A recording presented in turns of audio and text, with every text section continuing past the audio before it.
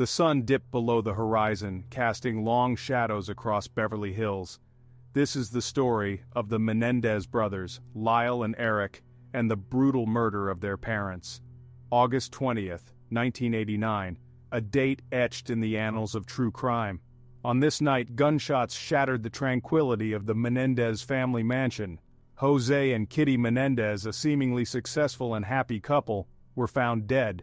But as the investigation unfolded, a far more sinister and personal truth began to emerge.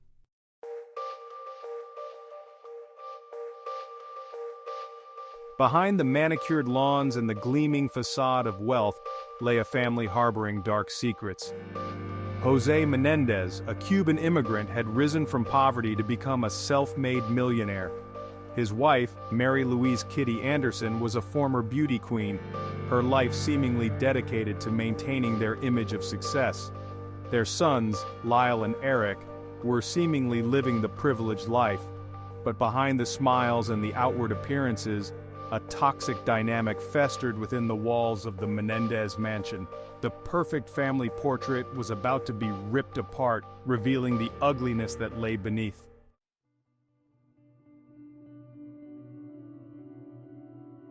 The Menendez case, as it would soon be known, captivated the nation. It had all the ingredients of a Hollywood thriller: wealth, privilege, and a gruesome double homicide. The seemingly idyllic life of the Menendez family was about to be dissected under the harsh glare of the media spotlight. The Menendez brothers became the focus of intense scrutiny. Were they cold-blooded killers or victims themselves, driven to desperate measures? The answer was far more complex than anyone could have imagined.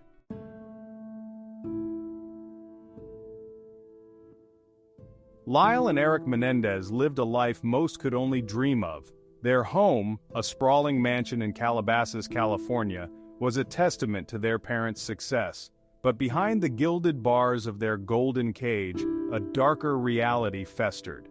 José Menendez, the patriarch, ruled his family with an iron fist. Success at any cost was his mantra. Lyle, the elder son, was charismatic and athletic, excelling in academics and tennis. Erik, the younger brother, lived in Lyle's shadow.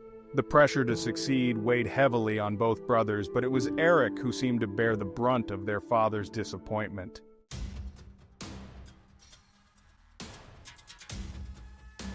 The Menendez family was a tangled web of complex relationships and unspoken resentment. José demanded obedience and respect, ruling his household with an iron grip.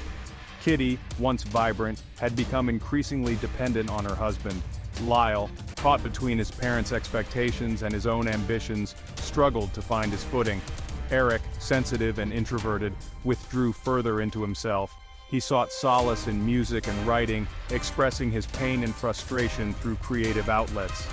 The two brothers shared a close bond, the only constant in their tumultuous world.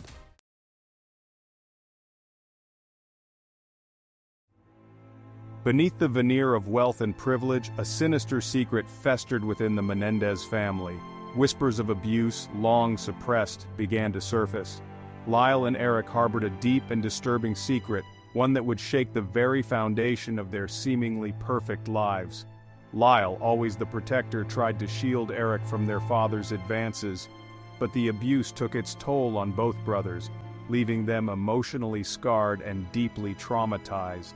Kitty, aware of her husband's transgressions, chose to remain silent.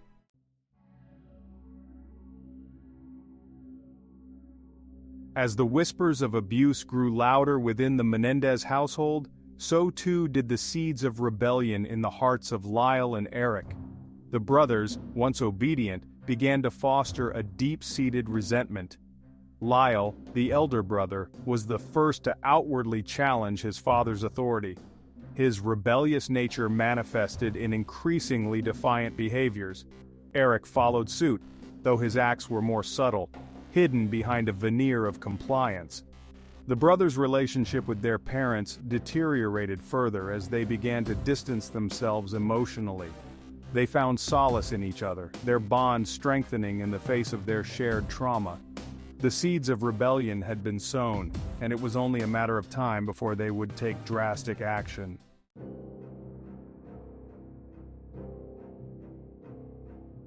The Menendez brothers' home life continued to spiral out of control, and the pressure cooker environment finally reached its breaking point.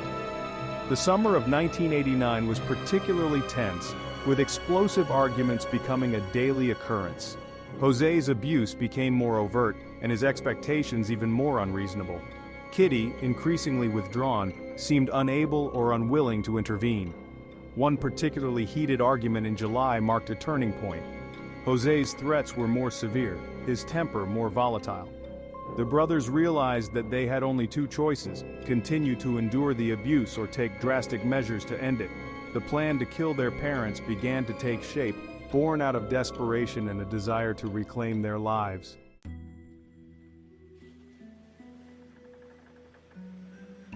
With their minds made up, Lyle and Erik Menendez began to meticulously plan the murder of their parents.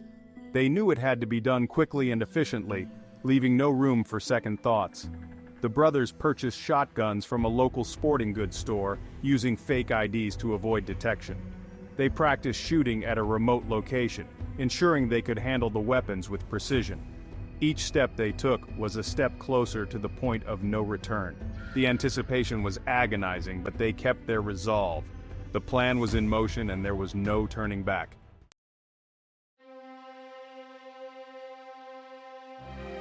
On the evening of August 20th, 1989, the Menendez household was eerily calm. José and Kitty Menendez were unaware of the storm that was about to break. They went about their usual routines, oblivious to the plans their sons had set in motion. Lyle and Erik spent the day together, solidifying their resolve. Their nerves were on edge, but they masked their anxiety well, maintaining a facade of normalcy. As the evening drew closer, the brothers knew the time had come to act. José and Kitty settled into the family room to watch a movie, a typical Sunday night activity. The calm before the storm was about to give way to a night of unimaginable violence.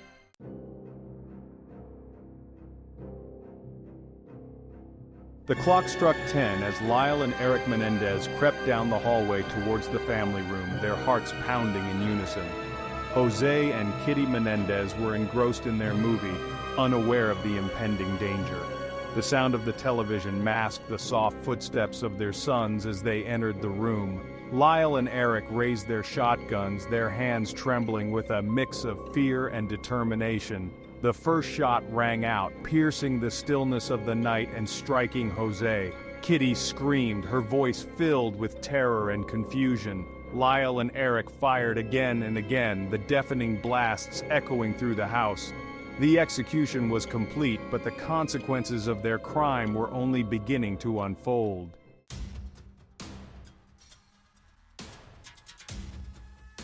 In the immediate aftermath of the murders, Lyle and Erik Menendez were engulfed in a whirlwind of emotions. The adrenaline rush had left them both shaken and numb. They stood in the blood-spattered family room, the gravity of their actions dawning on them. The brothers quickly composed themselves, knowing they had to make the scene look like a botched burglary. They rifled through drawers and cabinets, scattering papers and valuables. They shattered a glass door and left a trail of destruction. Once satisfied with the staged scene, Lyle and Erik left the house. They drove aimlessly for hours, their minds racing with thoughts of what lay ahead. When the police arrived at the Menendez mansion, they found Lyle and Erik in apparent shock and grief. The brothers' performance was convincing. They played the part of traumatized sons to perfection. They claimed to have spent the evening watching a movie before going to a local festival. Returning home around midnight, they discovered the carnage. Their alibi seemed plausible, and the police had no immediate reason to suspect them. However, their extravagant spending soon raised suspicions. The unraveling of Lyle and Erik Menendez's alibi began with small missteps and mounting suspicions.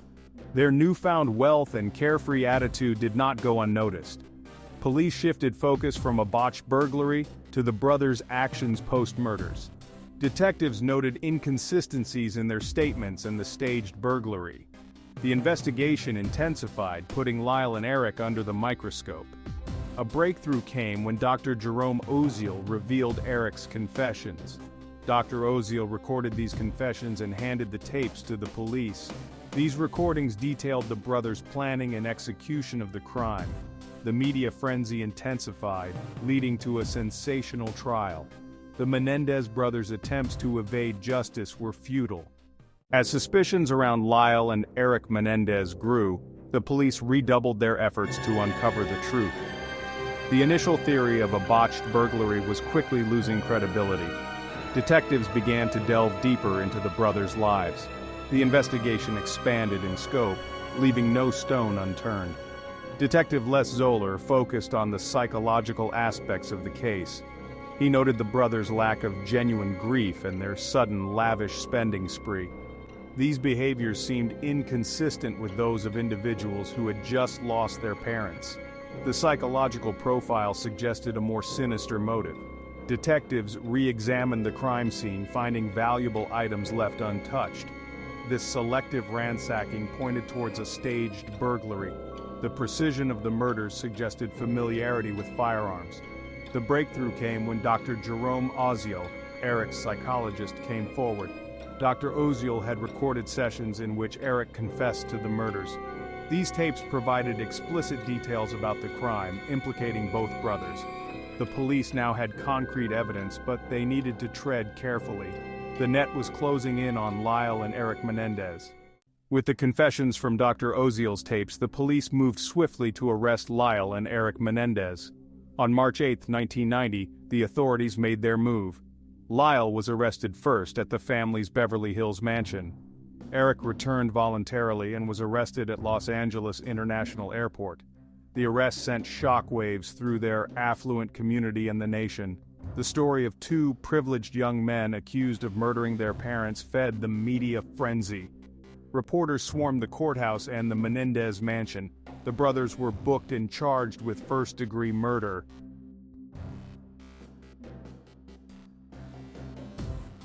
As the case against Lyle and Erik Menendez progressed, the prosecution meticulously built its argument. The tapes obtained from Dr. Oziel were pivotal, providing a first-person account of the brothers' involvement in the murders. These recordings detailed their planning, execution, and the subsequent staging of the crime scene. The evidence was damning, but the prosecution needed more to secure a conviction. The police uncovered additional evidence that further implicated the brothers. Receipts from the purchase of the shotguns and ammunition were traced back to Lyle and Erik, despite their attempts to use fake IDs. Surveillance footage from the sporting goods store showed the brothers making these purchases, reinforcing the premeditated nature of the crime. Witness testimonies also played a crucial role. Friends and acquaintances of the Menendez brothers testified about their extravagant spending in the weeks following the murders. This behavior was inconsistent with that of grieving sons and suggested an attempt to enjoy their newfound wealth. Moreover, several witnesses recounted conversations in which the brothers expressed dissatisfaction and resentment towards their parents. The prosecution also highlighted the improbability of the burglary theory. Experts testified that the crime scene appeared staged, with valuables left behind and only insignificant items disturbed. The pattern of gunshot wounds indicated that the victims were ambushed and shot at close range, further discrediting the idea of an unknown assailant. As the evidence against Lyle and Erik Menendez piled up, the case became increasingly clear-cut. The prosecution's narrative of greed and premeditated murder was compelling, but the defense was preparing to unveil a radically different story. The trial promised to be a battle of wills, with both sides fighting fiercely for their version of the truth. The Menendez brothers' day in court was approaching, and the world watched with bated breath. The investigation had come full circle, from initial suspicions to the arrest and the mounting evidence. The next phase would take place in the courtroom, where the brothers would have to answer for their actions.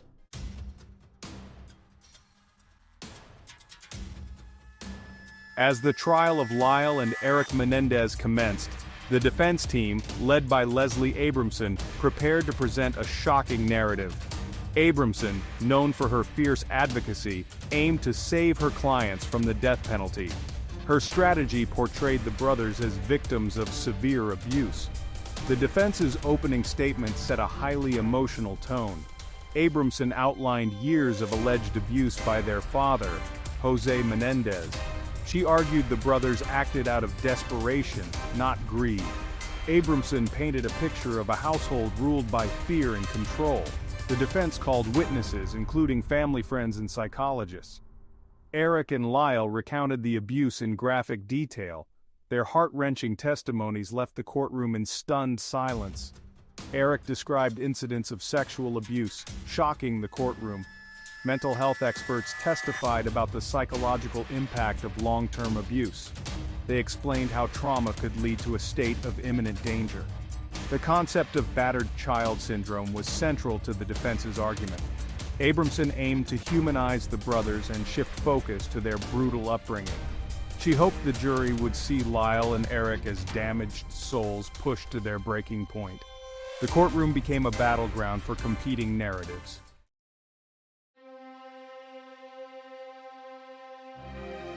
The prosecution, led by Deputy District Attorney Pamela Bozanic, focused on the cold, calculated nature of the crime.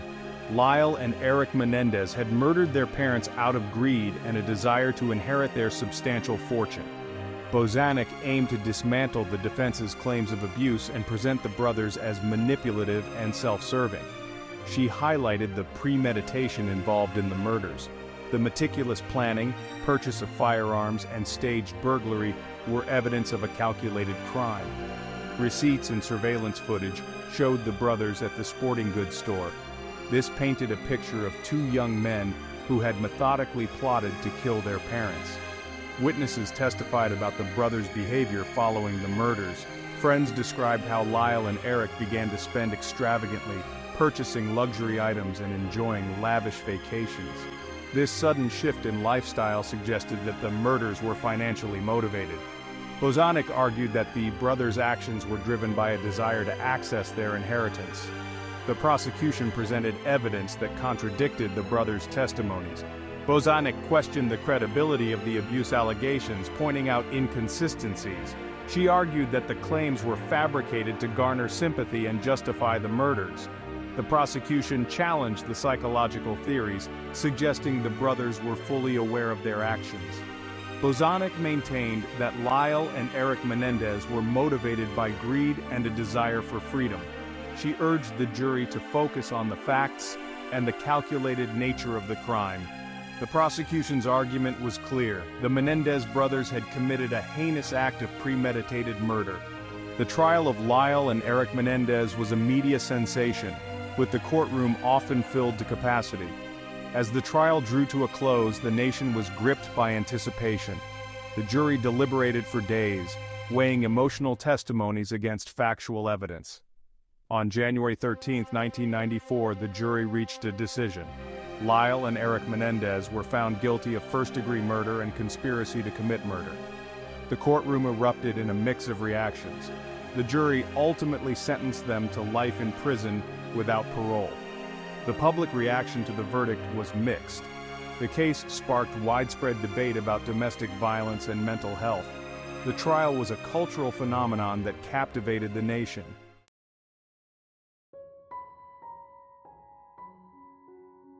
The Menendez brothers' case transcended the confines of a courtroom. It became a cultural phenomenon, sparking debates about wealth, privilege, family dynamics, and the very nature of justice. The trial, broadcast into living rooms across the nation, forced viewers to confront uncomfortable truths about the dark secrets that can fester behind closed doors, even in seemingly perfect families. The brothers' claims of abuse, while heavily scrutinized and ultimately not persuasive enough to sway the jury, brought the issue of child abuse into the national spotlight. Their story served as a stark reminder that abuse knows no socioeconomic boundaries, that even behind the manicured lawns and the facade of affluence, children can suffer unimaginable horrors. The Menendez case also highlighted the power and the pitfalls of the media in high-profile trials. The relentless coverage, fueled by the sensational nature of the crime, often blurred the lines between factual reporting and entertainment. The brothers' lives became a public spectacle, their every move, every tear, scrutinized and analyzed. In the end, the Menendez brothers' story is a tragedy on many levels. It's a story of a family torn apart by abuse, of two young men driven to commit an unspeakable act. It's a story that continues to resonate today, a cautionary tale about the devastating consequences of unchecked abuse and the complexities of seeking justice within a flawed system.